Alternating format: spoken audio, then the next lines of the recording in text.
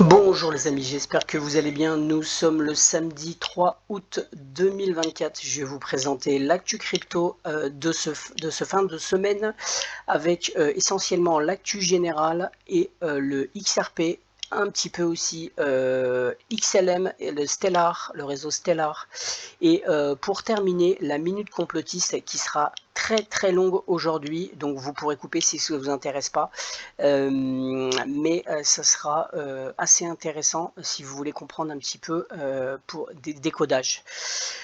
On va commencer l'actu par tout simplement l'actu générale. Vice-président de la Douma d'État russe, un équivalent BRICS du SWIFT est nécessaire pour créer une nouvelle réalité économique. Alexander Babakov, vice-président de la Douma, a souligné la nécessité de créer un équivalent BRICS au système de messagerie SWIFT qui achemine les paiements parallèlement à l'infrastructure bancaire actuelle. Babakov a souligné que ce nouveau système aiderait à réduire la dépendance vis-à-vis des institutions occidentales et à simplifier les règlements hors du système dominé par le dollar. Donc ils essayent d'accélérer, il y a pas mal de lois en ce moment qui sont faites à la Douma justement pour accélérer eh bien ce nouveau système.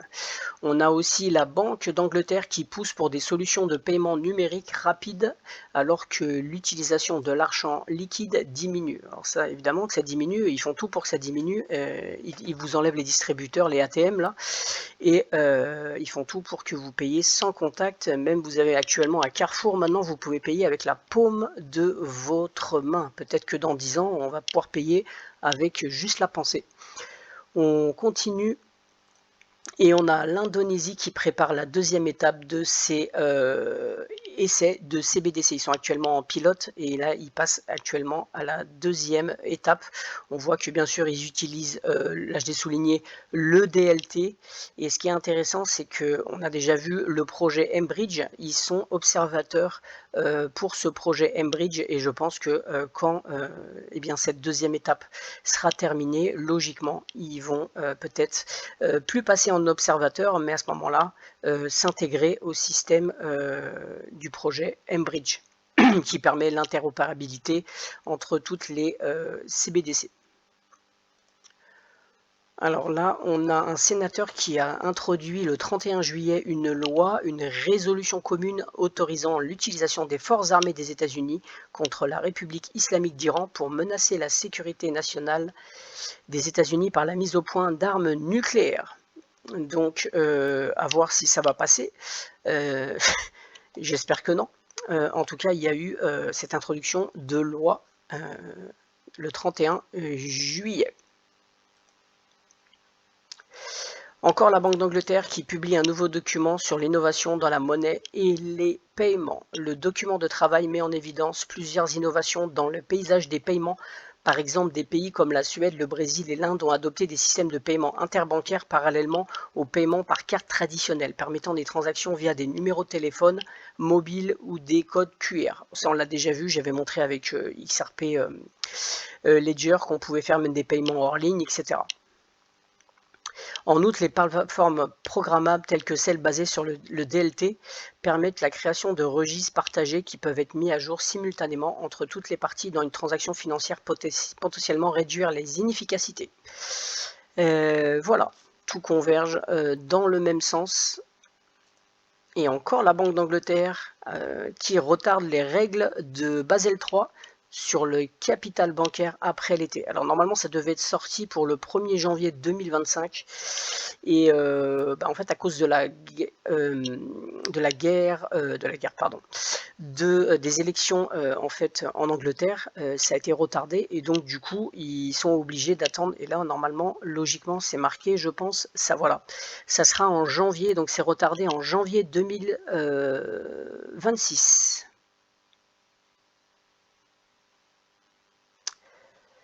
L'Union européenne a déclaré qu'elle allait déployer un élément essentiel des règles couvrant les risques liés à la négociation de titres par les banques jusqu'en janvier 2026 pour éviter une concurrence déloyale en raison de retards de mise en œuvre probables aux États-Unis.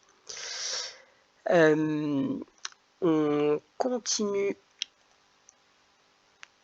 Et justement, Basel III, c'est la même chose en fait, c'est un peu la même chose, finalise les règles d'exposition aux crypto-monnaies pour les banques et donc on voit que ça sera logiquement ils le mettent pareil pour janvier 2026. Voilà. Entreront les modifications apportées aux normes actuelles de Bâle 3 entreront en vigueur le 1er janvier 2026 après avoir été repoussées, on a vu juste avant à cause de la Banque d'Angleterre entre autres, du 1er janvier 2025.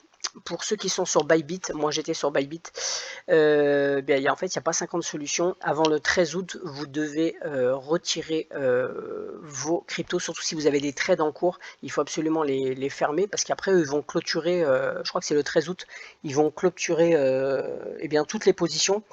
Voilà, donc après vous avez d'autres solutions que je tairai ici, quoique vous pouvez avoir si vous avez par exemple la carte de Palao de résident numérique, vous n'aurez aucun problème pour rester sur Bybit. Après, j'ai rien dit, mais les VPN ça fonctionne aussi, et sinon, il faut, en tout cas, ils sont plus en conformité. La France ne veut plus de Bybit, et je pense que c'est que le début. Je pense que BitGet va passer aussi bientôt à la trappe. Donc voilà, à vous d'anticiper un petit peu les choses. Encore la dernière fois c'était, alors pour Microsoft on savait que la dernière fois c'était un bug par rapport à une mise à jour, cette fois-ci c'est carrément une cyberattaque sur Azure, sur le système Azure, le 30 juillet, et ça fait pas mal de dégâts. Voilà, vous allez en avoir de plus en plus, parce que le but c'est qu'il n'y ait plus de confiance au système internet actuel et que tout soit basé sur tout simplement la blockchain, et que soit protégé aussi par d'autres choses comme des satellites, n'est-ce pas monsieur Musk? On continue. Alors cet article est un peu les États-Unis ont émis un grave avertissement car ils ne sont pas préparés à c'est quand même dans le Daily Express US, car ils ne sont pas préparés à une guerre totale avec la Russie ou la Chine. Donc apparemment ils disent qu'ils ont 15 jours si jamais il y avait la Chine et la Russie qui se mettaient ensemble, ils avaient 15 jours en fait à peu près pour tenir au niveau des munitions, en sachant que je pense que cet article est juste pour préparer un petit peu les gens et qu'il va y avoir peut-être une économie de guerre qui se met en place, et aussi des impositions, c'est pour faire avaler la pilule aux Américains. Il y a 2 jours, le Japon qui en fait a connu une banqueroute sur ses actions. Ils ont perdu, c'était le record depuis 2011 en 2 jours ce qu'ils ont perdu. Et on a vu hier que ça a été, avec les problèmes au Moyen-Orient entre autres, que c'est pareil, les stock market s'est bien écroulé. Il a perdu, je ne sais plus combien, 896 milliards je crois. Voilà. On continue, on a pour les CBDC au Brésil, on a le Brésil, et ça c'est eux qui innovent en premier. Le Brésil devrait lancer une super application alimentée par l'IA en 2025 qui combine les services bancaires numériques avec sa prochaine CBDC, le DREX. Donc en fait ils vont cumuler l'IA et les CBDC, et ça permettra aux gens de pouvoir tout simplement avoir des conseils par exemple de l'IA pour leur financement, ce qui de ce côté-là peut être pas mal. Maintenant, moi ce qui me dérange un peu, c'est tout simplement alors, faut savoir que si eux commencent, les autres vont suivre. C'est qu'en fait, c'est complètement dans l'agenda transhumaniste où en fait, vous allez avoir l'IA qui dirige tout, qui vous dirige comment vous allez investir, comment ceci, et petit à petit, je pense que ce sera la même chose pour les gouvernements. On voit déjà que tout est fait en place pour que on n'ait pas confiance au gouvernement. Et c'est pas à tort d'ailleurs, mais le but c'est de faire un gouvernement mondial qui est tout simplement qui sera régi plus tard par l'IA. Vous allez même voter, je pense, avec la blockchain. Vous voterez plus en vous déplaçant, ça sera que par la blockchain. Ils vous diront que c'est transparent. Bon, bref. Voilà en tout cas mon avis. On continue. On a l'or qui atteint son nouveau record et qui dépasse les 2500 dollars l'once. Il n'est pas encore trop tard, je peux vous le dire, pour acheter de l'or. Les taux d'intérêt, la Banque d'Angleterre qui a baissé un petit peu de 5,25 à 5%. On attend en fait que les Américains le fassent aussi, mais pour l'instant, c'est pas encore le cas. Logiquement, ça serait septembre. Après, je me méfie, hein. S'ils veulent détruire la classe moyenne, il faut savoir que plus ils attendent, plus il y a une récession. Et s'ils veulent détruire la classe moyenne, bah, en fait, ils sont pas obligés de couper, mais là, il y aura une récession encore plus importante, et ça risque de faire mal. Mais logiquement, avant les élections, je pense qu'ils vont aussi couper les taux d'intérêt. Par contre, je pense que le marché a pricé le fait qu'ils avaient dit qu'ils allaient couper 3 fois cette année. Et s'ils coupent 3 fois cette année, c'est-à-dire qu'en fait, ils coupent non-stop. Je ne suis pas sûr que les États-Unis vont couper 3 fois de suite les taux d'intérêt, sauf un événement majeur, quelque chose de mondial, quelque chose qui fait qu'ils sont obligés. Sinon, honnêtement, par rapport aux chiffres qui vont sortir, je ne suis pas sûr que ça sera possible. Donc soit il va y avoir un événement qui va faire qu'ils sont obligés de couper, de continuer à couper chaque mois jusqu'à fin 2024, ou alors je sais pas, peut-être qu'ils couperont pas. On verra. On continue. Et on a les députés néerlandais qui sonnent l'alarme face à la flambée des importations de gaz russe qui ont augmenté de 25% apparemment. Et faut bien comprendre qu'on est de toute façon tributaire, dépendant du gaz russe. Après, on en a acheté aux Américains sur le gaz de schiste, mais comme eux, ils se sont gavés, ils ont fait des prix de malade. Eh bien, c'est pour ça aussi que je pense qu'ils ont défoncé Nord Stream. Eh bien, ça leur a permis de gagner de l'argent, mais je pense que maintenant, l'Union européenne doit quand même faire attention.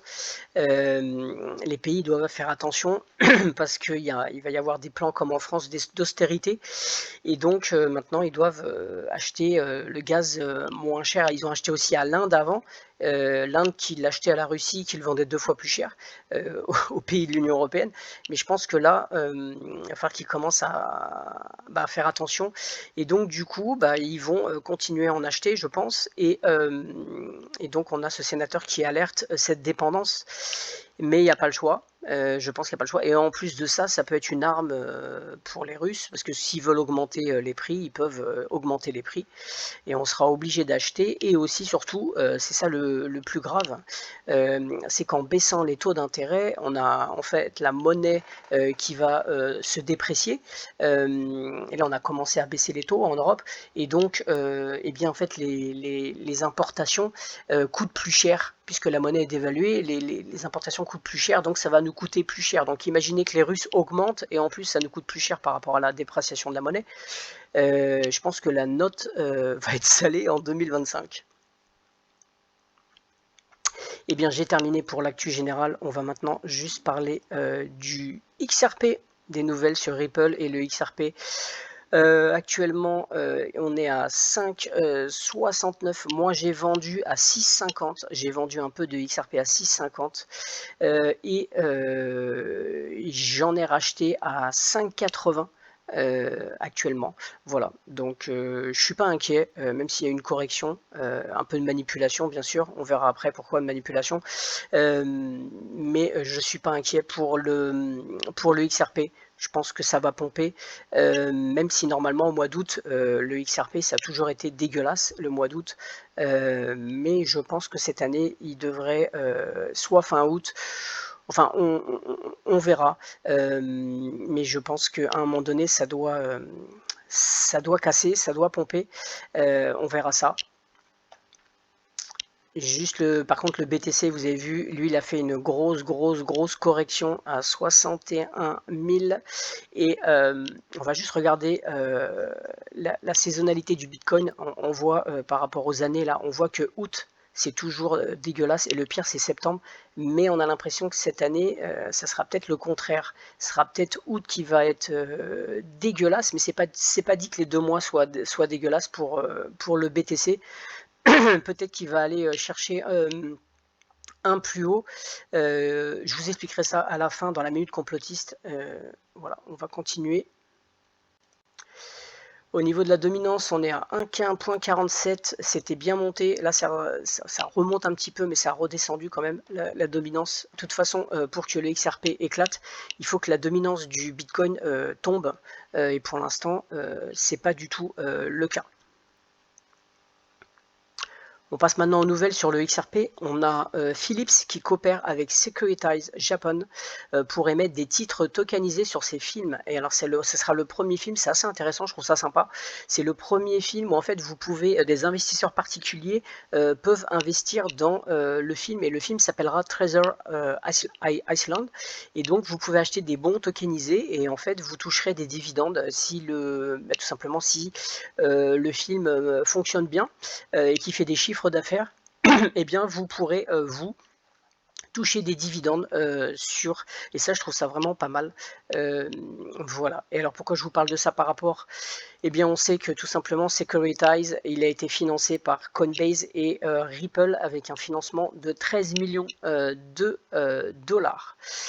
Bon, là, je pars un peu en sucette, mais il faut toujours que je fouille dans le côté Matrix. Et bien sûr, le personnage principal s'appelle Satoshi. L'acteur s'appelle ça. C'est lui qui a joué dans, je ne sais pas si vous connaissez Fast and Furious. Voilà. Et il s'appelle Satoshi comme par hasard. Dernière chose, pour aller fouiller un petit peu plus loin, c'est un acteur japonais. Son film révolutionnaire, celui qui l'a fait connaître, était Waterboy. Waterboy, l'homme de l'eau. Je pense que vous comprenez maintenant la classification de l'eau, liquidité, avec tout simplement la loi maritime, qui est la loi, de la finance en fait. Et voilà. Donc en fait tout ça est lié. En tout cas, pour ma théorie, tout ça est lié. C'est des signes, pas pour rien. On continue.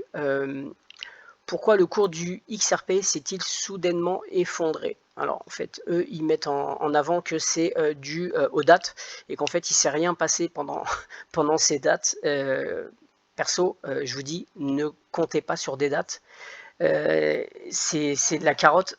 Comme vous savez, vous avez des milliardaires qui tiennent les médias actuels, c'est eux qui sont généralement propriétaires des journaux, etc. Eh bien, il faut comprendre que dans les médias crypto, c'est pareil, il y a des financements et ils vous racontent aussi, ils veulent que vous allez dans un certain sens. C'est pour ça que depuis un mois, on n'a que des articles positifs sur ça va être la fin du procès, etc., etc. Avant le 1er août, bon, on n'a rien vu. Et tout ça, c'est pour faire quoi? C'est pour faire tout simplement du FOMO pour qu'en fait les gens achètent. Et en fait, ce qu'ont fait les baleines, c'est que quand c'est monté à 6,50, un peu comme j'ai fait moi, sauf qu'ils ont vendu des gros paquets de XRP pour liquider aussi ceux qui avaient fait des trades pour anticiper le truc. Et bien pour les liquider, il faut comprendre que c'est les baleines qui manipulent le marché tout simplement. On continue. On a un autre article, alors ça c'était en 2023 où David Schwartz avait prédit qu'il y allait y avoir une augmentation et des bonnes choses sur la tokenisation, et on a vu que actuellement il y a OpenEden qui permet en fait tout simplement d'introduire des bons du trésor tokenisés sur le XRP Ledger. Donc il y a une partie de la dette qui peut aller sur le XRP Ledger actuellement. Imaginez qu'il y a une grosse partie, quand vous avez 35 trilliards de dettes, imaginez qu'il y a une grosse partie qui va sur le... Alors là c'est 10 millions de jetons actuellement. Voilà, mais c'est que le début. Vous avez un rapport qui a été mis le 2 août sur le site Ripple. C'est intéressant d'aller voir. Il y a beaucoup de rapports du deuxième trimestre 2024. Je vous invite à aller voir. Il y a pas mal de chiffres, de choses, de graphiques, de choses assez intéressantes si vous avez investi sur le XRP. On a une personne qui fait un article, alors c'est quelqu'un qui est dans la communauté XRP et qui dit que le XRP ne bougera pas à la fin du procès. Donc selon elle, en fait, elle dit que tout simplement, je vous résume, hein, mais elle dit que en fait ça a déjà été pricé quand il y a eu sa clarté juridique le 13 juillet où on disait que c'était pas une sécurité. Pour elle, ça a déjà été pricé ce prix, et du coup il y a déjà en fait on va dire une une conformité et que en fait les entreprises pourraient très bien commencer, mais en fait je suis pas d'accord avec elles.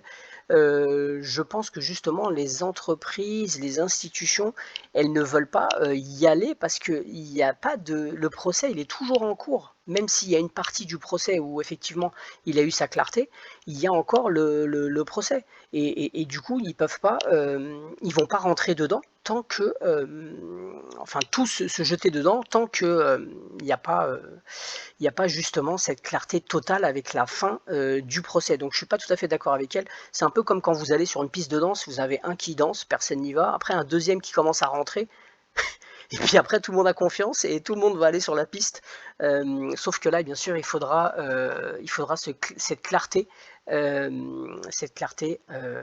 Voilà. Mais je fais cette image parce qu'en fait, vous pouvez avoir une institution qui rentre, deux institutions, trois, et puis après, ça donne confiance aux autres, et après, tout le monde est sur la piste de danse et tout le monde est sur le XRP Ledger.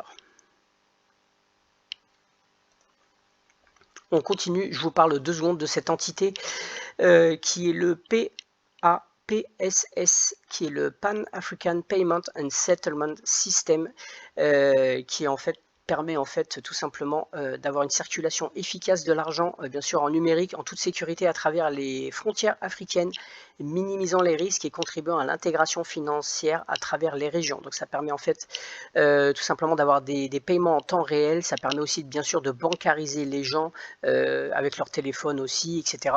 Et donc il y a un gros marché eh bien, en Afrique, et on sait qu'il y a des relations entre tout simplement PAPS et Ripple, entre autres avec d'autres entités qui font le pont, comme Caribbean Payment récemment, Onafrica, voilà, vous avez beaucoup, donc il y a en fait une connexion, et c'est un gros marché quand même. Imaginez, c'est toute l'Afrique, et là on voit justement, c'était le 8 juillet dans la BIS qui nous met ce PDF. On a le Cross Border Payment Interoperability and Extension Task Force, et on voit dans la Task Force, bon bien sûr, c'est le directeur général des infrastructures et des paiements du marché de la centrale banque européenne qui tient le trône, on va dire.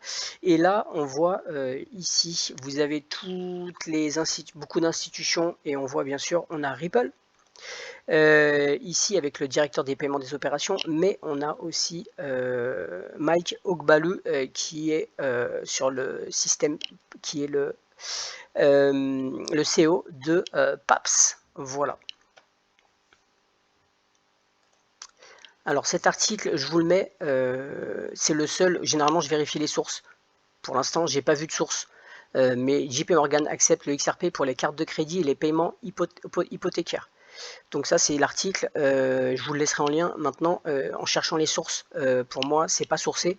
Donc voilà, à fouiller, j'ai pas vraiment cherché très loin, mais bon, on sait de toute façon que ça sera accepté, bien sûr, mais est-ce que c'est en temps réel actuellement? Je ne sais pas.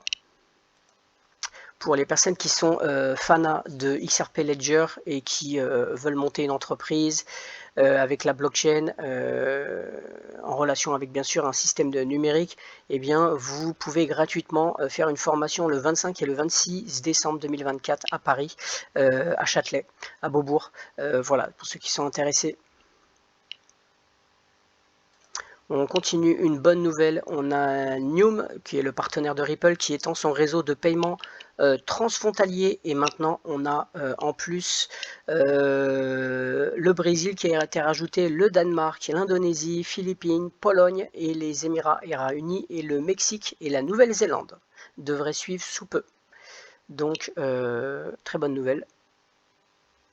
On termine, et pour la première fois, vous vous rappelez qu'on avait XRP Ledger qui avait mis 1 million pour une fondation au Japon et en Corée pour justement permettre de développer. Et là, on voit que Green Labs, eh bien, il s'agit du premier financement du XRP L Japan and Korean Fund, et de la première fois que Green Labs obtient officiellement un financement mondial en dehors de la Corée. Girin Labs est un studio de développement axé sur le développement d'infrastructures intégrées pour Web3 et se compose d'experts ayant une vaste expérience en stratégie et de démarrage et développement de produits mainnet et Web3. Et il faut savoir qu'ils sont aussi à fond sur la DeFi.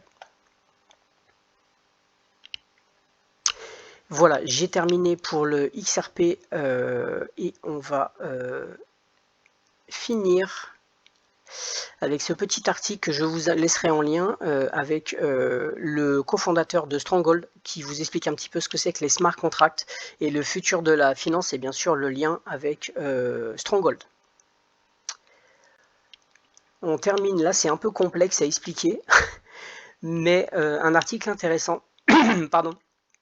De Stellar avec le state bloat. Alors c'est un peu complexe, mais en fait en résumé, vous avez des datas sur la ledger, sur les blockchains, vous avez des datas qui à chaque fois que quelque chose rentre, un NFT, etc., vous avez des datas et donc il faut une mémoire déjà pour ces datas et puis les développeurs doivent en fait stocker toutes ces datas, toutes ces données et en fait vous avez des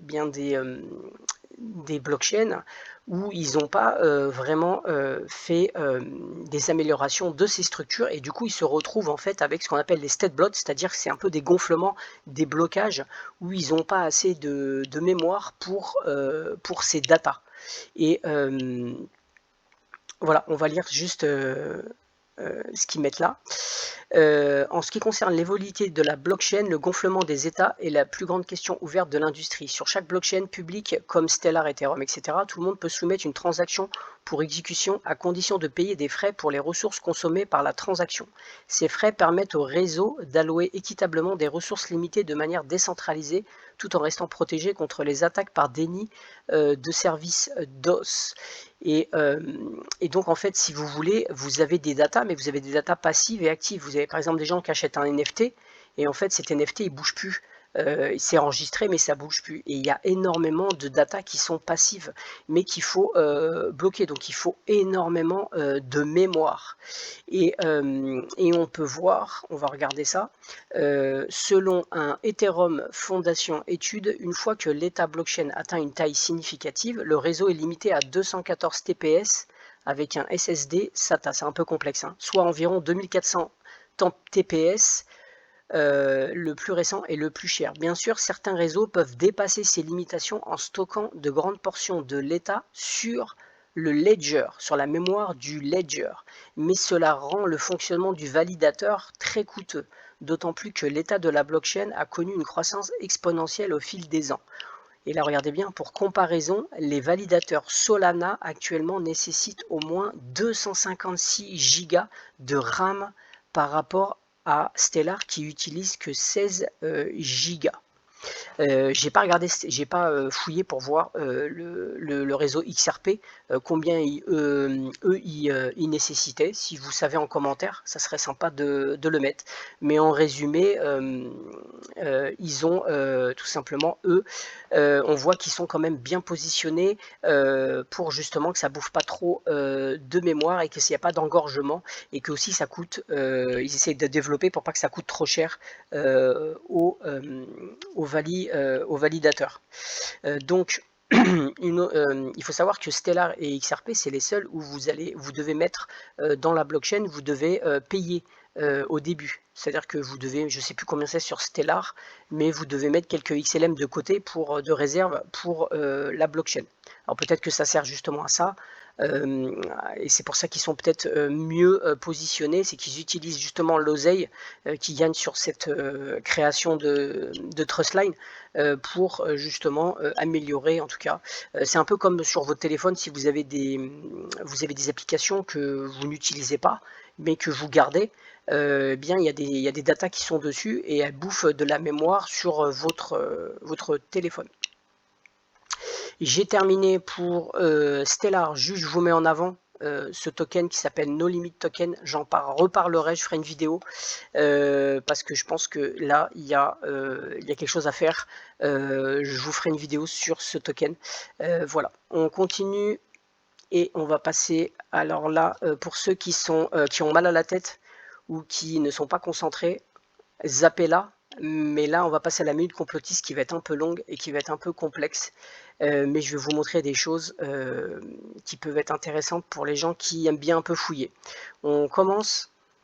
Première chose, pour les gens qui pensent que le marché, que ce soit la bourse ou que ce soit la crypto, que c'est pas relié aux phases lunaires, je vous invite en fait juste à regarder, vous pouvez taper un calendrier lunaire et vous voyez là dimanche, c'est-à-dire demain, il y a la nouvelle lune, d'accord? Vous voyez, il y a toujours une phase entre nouvelle lune et ensuite qui se termine par une pleine lune qui sera le 19 août. Et si vous, par exemple, vous regardez, c'est sur le Bitcoin, vous regardez sur le Bitcoin et vous allez voir que à 90%, quand il y a la nouvelle lune, que ce soit la veille, le jour même ou le jour d'après, il y a une correction. Il y a toujours normalement une grosse correction. Et quand on arrive à la phase de pleine lune, on est dans la phase où ça pump. Maintenant, de temps en temps, ça peut arriver que ça soit l'inverse. Et là, juillet dernier, c'était l'inverse. C'est-à-dire que dans la phase de nouvelle lune, c'est là où ça a pompé. Pour juillet, je parle. Et on va voir pour cette nouvelle lune qui va y avoir dimanche. Donc, il faut savoir que dimanche, normalement, les marchés sont fermés. Mais lundi, je pense que ça va bouger, je pense. Est-ce que normalement, si c'est inversé, ça devrait aller logiquement plutôt vers le haut si c'est inversé, et si on reste sur les tendances sur une quinzaine d'années sur le BTC, à ce moment-là, ça devrait plutôt le contraire cracher. Mais vu qu'il a craché là juste avant, je ne pense pas. Donc il y a une relation, il faut comprendre aussi que c'est mathématique, et la mathématique, elle est aussi dans la nature. C'est-à-dire que vous voyez, par exemple, je ne sais pas si vous connaissez la spirale Fibonacci, pardon, qu'on sait qu'il y a dans le système de trading, vous avez et bien sûr le Fibonacci que vous devez regarder. Et bien là, on peut voir que le Fibonacci, c'est mathématique et c'est des suites. Vous avez avec aussi des nombres premiers, vous avez le 0, 1, 1, 2, après ça fait 3, 5, 8, etc. Et vous pouvez voir que dans la nature, vous avez des choses qui, c'est exactement ça. C'est-à-dire ça suit ces chiffres, que ça soit dans les pétales de fleurs, au début vous avez la tige, ensuite vous allez avoir peut-être, on voit par exemple là, il l'explique, le nombre de pétales dans une fleur suit systématiquement la séquence de Fibonacci. Des exemples célèbres incluent le lys qui a 3 pétales, qui ensuite a 5, qui en ont 5 ensuite, les boutons d'or, c'est-à-dire que au début vous avez 3 pétales, ensuite 5 boutons d'or, la chicorée qui en a 21 et après c'est à 34 et ainsi de suite. Voilà, vous avez beaucoup de choses, vous avez les escargots, vous avez il y a plein les ananas, les pommes de pin, vous allez voir c'est mathématique, ils ont un chiffre bien précis et c'est pas pour rien, c'est lié, tout est mathématique. Ce chiffre 144 est très important. Enfin, je vous invite à un peu étudier ça. Et donc maintenant, on va passer à une prédiction que moi je fais. Je me trompe peut-être, mais une prédiction qui sera le 16 août. Et le 16 août, il peut y avoir eh bien quelque chose. Alors pourquoi on regarde le 16 août, vous avez, alors il faut voir là, vous voyez marqué 16 août 2024, c'est en gématrie bien sûr. Ici vous avez toute la lignée qui correspond. Là ces dates-là, c'est la lignée qui est là, mais là ce qui est important, c'est cette lignée-là, puisque c'est le 16 août 2024. Et là, on a le 68. Et le 68, je suis désolé, mais c'est la mort, c'est la guerre. Et je vais vous montrer quelque chose. On va juste aller regarder la date de la Première Guerre mondiale, qui était, si je ne m'abuse, on va aller par là. C'était la date de l'assassinat de Ferdinand, si je me souviens bien. Et c'était le 26 septembre 1914. Qu'est-ce que vous voyez ici? On n'a pas tout à fait la même structure, par contre, vous voyez sur le reste, mais là c'est important, c'est le 68. Voilà. Quand il y a des événements comme ça, c'est toujours le 68 qui va sortir quand vous avez des événements de guerre, de mort. Et je vais vous mettre la Deuxième Guerre mondiale. Alors, la Deuxième Guerre mondiale, c'était 39.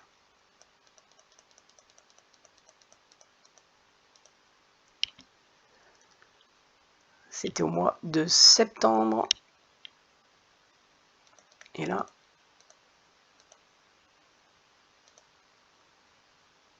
septembre, voilà.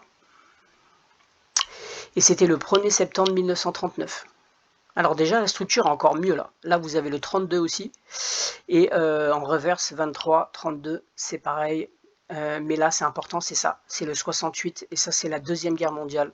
Voilà, vous voyez la même chose. Maintenant, on va aller sur le 19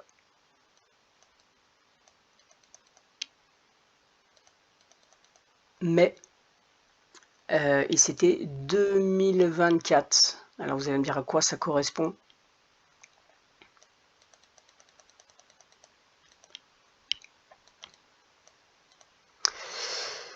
Voilà.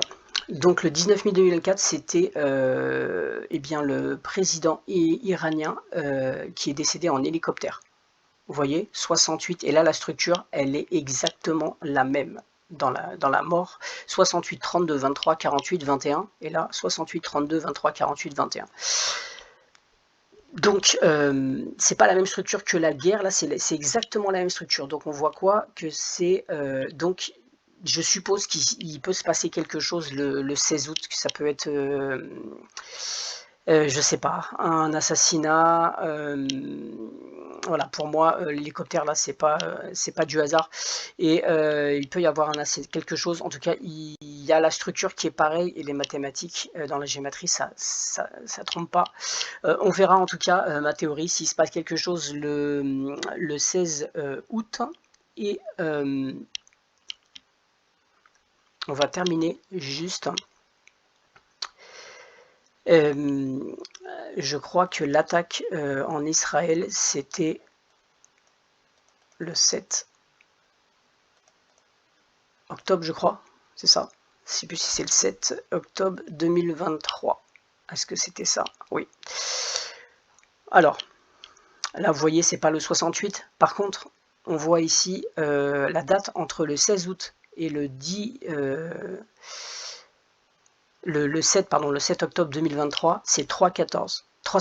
Et 314, c'est 314. C'est une boucle. Quand vous voyez ça, cette date-là, c'est que c'est pi. C'est phi.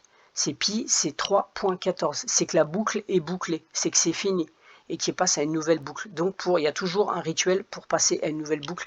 Et donc on voit que ça correspond à la date par rapport au 16 août. Donc voilà pourquoi je vous dis, en tout cas moi, qu'il peut se passer quelque chose le 16 août. Dernière chose, 314, vous voyez 3 et 4 et 1, 4 moins 1, 3, ça fait 33. Pourquoi 33? Eh bien, on va juste regarder ça. Je vous ai parlé donc du 16 août. Maintenant, on va regarder la 33e semaine de l'année. C'est entre le 12 et le 18 août. Qu'est-ce qu'il y en a actuellement aux Jeux Olympiques? On a les 33e Olympiades. Voilà. Donc, c'est le chiffre 3. Autre chose, Paris sera la deuxième ville à accueillir après un siècle les Jeux Olympiques d'été pour la 3e fois. 3 et 3. 3e fois. Voilà. Donald Trump, c'est le 3e président ou ancien président des États-Unis à en fait être sauvé d'une tentative d'assassinat. Toujours le 3. Dernière chose, vous avez actuellement sur le logo des Jeux Olympiques, vous avez à gauche, vous avez le 24. C'est en fait le signe de Jupiter 24. Et on va juste regarder quelque chose.